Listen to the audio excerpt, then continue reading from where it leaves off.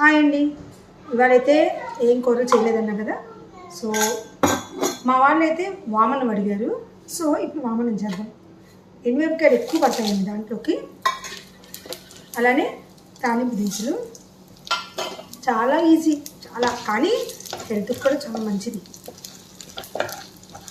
మా ఆయన ఏమో బయట నుంచి కూరలు తెస్తారే అన్నారు, వద్దన్నారు మా వాళ్ళు. 5 సగం పైన ఎగంగానే వెల్లుల్లిపాయలు చూసారా, 2 పాయలు వచ్చేసాము. సరే, వెల్లుల్లిపాయలు ఇలా బాగా వేగాలి.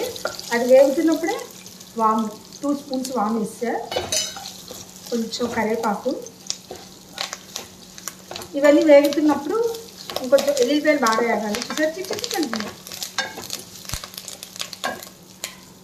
ఇంగువ కొంచెం ఎక్కువ అక్కర్లేదు, అంటే అన్నిటి మీద కొంచెం ఎక్కువే పట్టుద్ది ఇంగువ.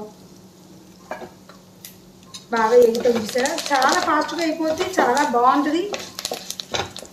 ఇప్పుడు చూసారా, ఆల్మోస్ట్ బాగా వేగిపోయింది. ఇప్పుడు దీంట్లోకి ఈ వేడి అన్నం ఇలా వేసేసుకోవాలి.